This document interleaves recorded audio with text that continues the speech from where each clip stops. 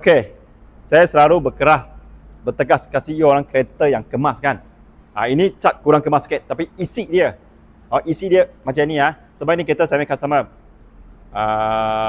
minggu lepas dari Perak beli kereta dengan saya. Dia bawa ni kereta Perak sampai sini ya. So, bermula enjin dia, gearbox dia, aircon dia, semua everything okey. Tengok tayar dia masih ada 80%. Tayar dia nak. Saya nak jual 59 saja. Ini siap, saya sudah siap tukar nama kasih you orang Cat kurang cantik sikit.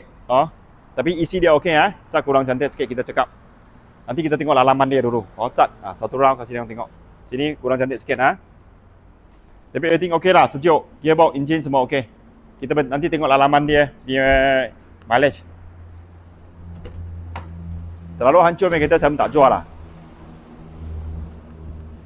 Okey, mileage dia stiker sini sudah ada Tadi saya tengok. Sekarang saya tak ambil kunci. 150 lebih.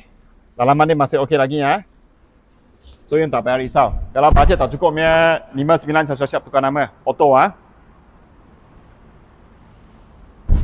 Hancur sangat punya kereta saya pun tak ada jual. So berminat ini kereta yang bagi bajet yang orang punya lebih kurang macam itu punya.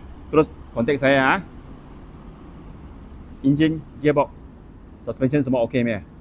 Perak pun sampai sini dia terbukti, dia sudah bukti everything okey punya. Sekian, terima kasih. Dari Indonesia Auto, saya Bahad.